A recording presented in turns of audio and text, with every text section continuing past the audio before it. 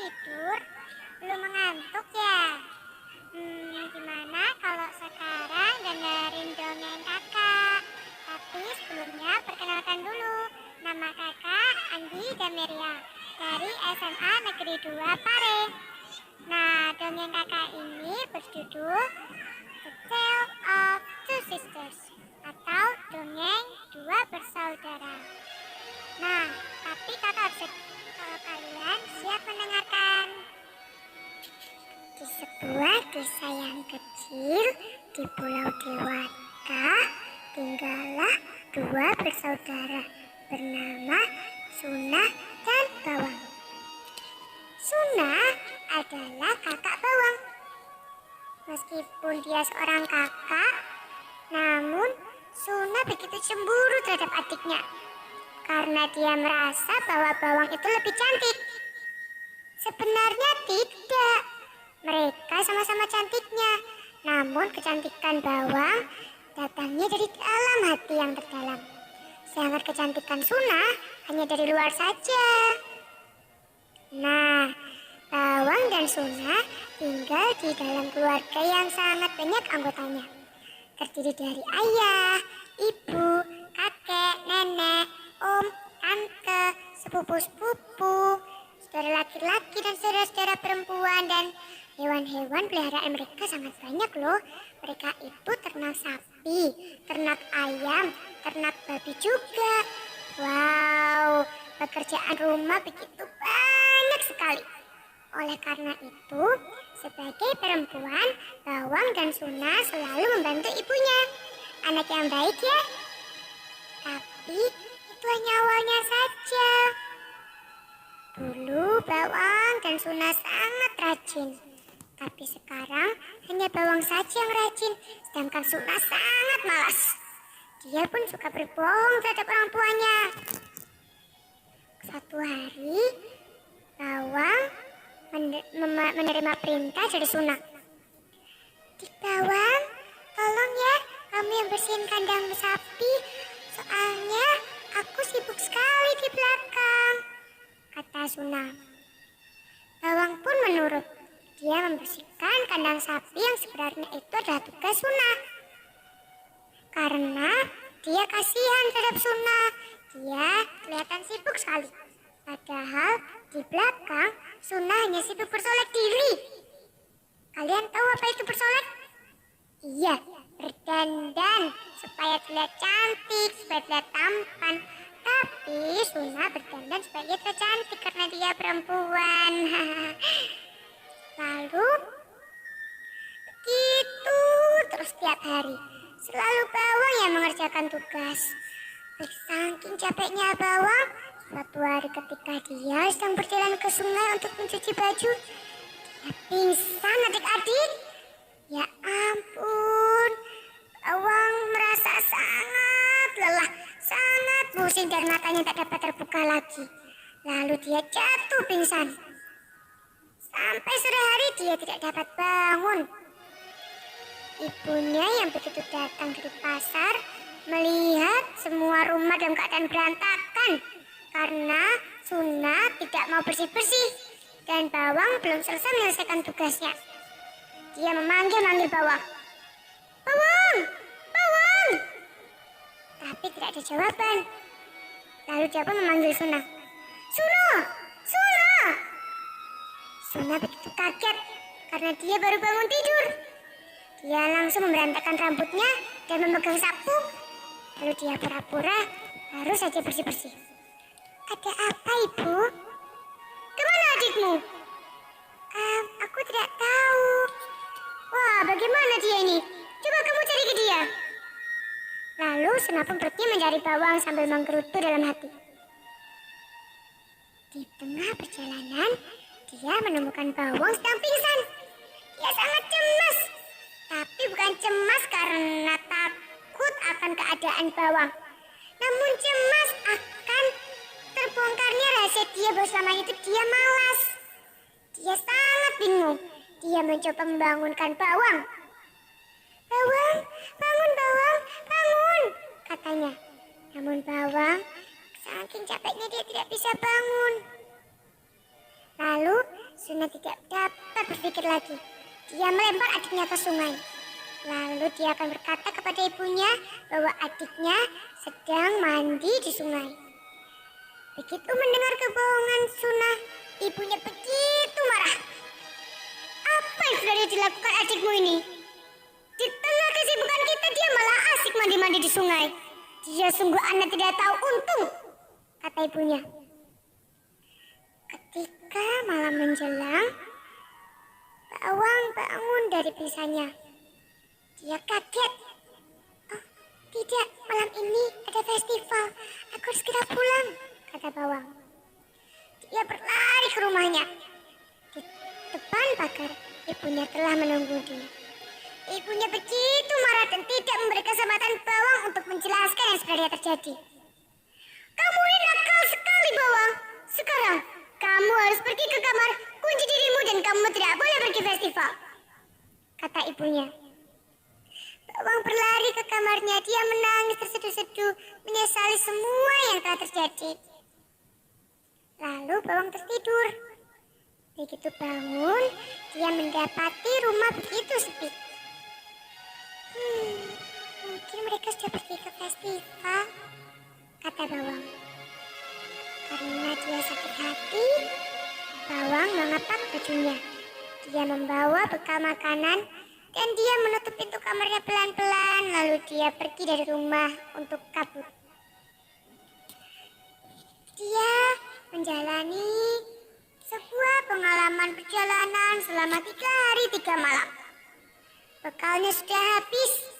Dia sekarang kelaparan, tak tahu harus kemana. Namun saat dia melihat sinar rembulan, dia merasakan ada sesuatu yang berbeda. Seakan-akan sinar itu memanggilnya untuk datang kepadanya. Dia pun melawan rasa takutnya untuk pergi mengikuti sinar bulan itu. Lalu sinar bulan itu mengajaknya masuk ke dalam sebuah gua. Dia sangat takut, tapi dia memberanikan diri untuk masuk ke dalam gua itu. Lalu ternyata di dalam gua itu sungguh lain dari yang dia bayangkan. Di dalamnya sungguh hangat, sungguh nyaman seperti rumah. Dia sungguh merasa bahagia menemukannya. Wah, rumah siapa ini? Siapa yang merawat gua sedemikian rupa sehingga tampak begitu rapi, begitu indah? Oh, di meja makanan terdapat makanan. Aku sangat lapar. Boleh tidak ya aku makannya? Namun, Bawang anak yang tahu sopan santun. Dia tidak memakan makanan itu. Dia pergi keluar untuk menunggu siapa pemilik itu datang. Lalu datanglah seorang nenek-nenek yang begitu tua dan begitu jelek. Awalnya Bawang berpikir bahwa itu nenek sihir. Namun nenek itu menyapanya ramah. Hai anak muda, siapa kamu? Katanya. Maafkan aku Nek kalau aku lancang datang kemari. Namaku Bawang. Aku tidak tahu harus tinggal di mana. Dan aku sangat kelaparan karena bekalku sudah habis di perjalanan, kata Bawang. Oh, kamu boleh tinggal di sini, Nak, kata nenek itu. Bawang pun sangat bahagia. Malam itu, dia makan masakan nenek yang sangat lezat dan tidur di kasur yang sangat empuk. Pagi harinya, ketika dia membuka jendela, dia menemukan seekor burung yang sangat cantik. Burung itu berwarna kuning. Dan ajaibnya, burung itu dapat bernyanyi. Tralala, trilili, aku selalu bangun pagi. Nyanyian burung itu. Bawang sangat terhibur oleh burung itu. Lalu dia keluar kamar. Dan tanpa disuruh, Bawang pun membersihkan semua rumah di nenek dalam ruangan itu. Dia membersihkan semua ruangan nenek, lalu memberi makan binatang peliharaan nenek tanpa disuruh. Nenek itu lalu memberinya sebuah hadiah. Ah, nenek, tidak usah memberiku hadiah. Aku ikhlas melakukannya. Aku sudah terbiasa melakukannya di rumah, kata Bawang. bukan untuk hadiah, bukan untuk imbalan anakku. Aku memberimu ini karena aku mengasihimu, kata nenek itu. Setiap harinya setelah selesai Bawang membersihkan rumah dan memberi makan hewan-hewan peliharaan nenek, nenek selalu memberinya perhiasan yang baru dan sangat cantik. Mulai dari cincin, anting, kalung, gelang, perhiasan rambut, dan lain sebagainya. Pakaian-pakaian mewah juga nenek berikan untuk Bawang. Bawang pun semakin terlihat cantik dengan pakaian-pakaian itu. Suatu hari, nenek itu bertanya kepada Bawang. "Hei Bawang, tidakkah kamu ingin pulang? Tidakkah kamu merindukan ibumu dan saudaramu?" "Iya, Nek. Aku sangat merindukan mereka. Namun, aku sudah berjalan cukup jauh. Aku tidak tahu kemana arah rumahku." "Oh, tenang saja, Bawang. Naiklah ke atas punggung kudaku ini. Kuda putihku ini tahu seluruh Bali dan dia akan mengantarkan ke rumahmu. Tenang saja," kata nenek itu. Bawang pun setuju. Setelah berpamitan kepada nenek, dia pun naik ke punggung kuda dan kuda itu membawanya untuk pulang ke rumahnya. Begitu sampai dia di rumah, kakak dan ibunya sangat terkejut, lalu memeluk dia erat. "Oh Bawang, kemana saja kamu selama ini? Maafkan ibu Bawang yang sudah mengurungmu." "Tidak apa-apa ibu, aku sangat merindukanmu ibu. Maafkan aku ya yang kabur dari rumah," kata Bawang. Kakak Suna, apa kabarmu?" "Baik," kata Suna. Suna begitu cemburu melihat begitu banyak perhiasan yang ada dalam tubuh Bawang. Lalu dia bertanya dengan ketus, "Dari mana kamu mendapatkan semua perhiasan itu?" "Perhiasanmu cantik sekali. Aku juga ingin itu," kata Suna. Lalu ia menceritakan semua kepada Suna bagaimana dia mendapatkan perhiasan itu. Mulai dari mengikuti sinar rembulan, sampai dia masuk ke gua, dan sampai ia bertemu dengan nenek tua itu. Lalu ia menceritakan bahwa setiap pagi ia membantu nenek tua itu membersihkan rumah dan memberi makan hewan peliharaannya. Lalu nenek itulah yang memberi semua hadiah dan perhiasan-perhiasan itu. "Oh begitu. Baiklah, aku akan mengikuti jejakmu," kata Suna. Suna malam itu juga langsung pergi menuju gua yang ditunjukkan oleh Bawang. Dia menemukan rumah sang nenek tua itu. Dia pura-pura tertidur di situ. Lalu paginya, dia mencari nenek itu. Dan ketika bertemu, dia berkata pada nenek itu, "Hei nenek tua, berikan aku perhiasan-perhiasan seperti kau memberikan perhiasan pada adikku." "Aku tahu itu semua pemberianmu, bukan? Kau harus memberikan yang sama persis seperti adikku. Tapi kau harus membantuku sebelumnya." "Buat apa? Adikku itu pemalas. Hanya aku yang paling rajin. Ayo cepat berikan. Aku ingin segera pulang." Lalu nenek tua itu memberikan sebuah kotak kepada Suna. Suna begitu senang. Ia pikir kotak itu berisi perhiasan. Namun ternyata setelah ia buka, ternyata itu burung gagak. Burung gagak itu mematuhi seluruh tubuh Suna, mulai dari tangan, kaki, punggung, hingga matanya. Suna sekarang menjadi buta. Dia tidak dapat melihat. Tolong, aku ingin keluar dari tempat ini. Tempatnya seperti neraka. Aku tidak ingin digigit-gigit oleh gagak-gagak jelek ini," kata Suna merengek. Namun itu percuma. Tidak ada seorang pun yang mau membantu. Nenek tua itu memberi pelajaran terhadap Suna karena dia tidak sopan. Lalu berhari-hari kemudian Suna tidak kunjung pulang. Namun setiap harinya justru nenek tua itu memberikan kotak berisi gagak hingga tubuh Suna menjadi hancur. Namun Suna masih tetap bisa hidup. Lalu Bawang pun pergi mencari kakaknya. Dia begitu cemas karena kakaknya tidak ujung pulang. Dia yakin bahwa kakaknya berada di gua tempat ia pertama bertemu nenek itu.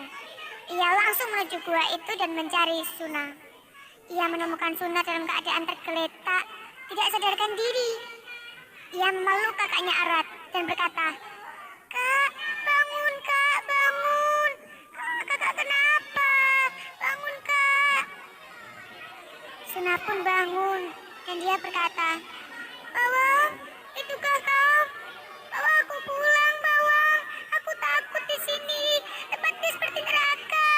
Maafkan aku, Bawang. Selama ini aku jahat terhadapmu. Aku tahu ini merupakan pelajaran bagiku. Maafkan aku, Bawang.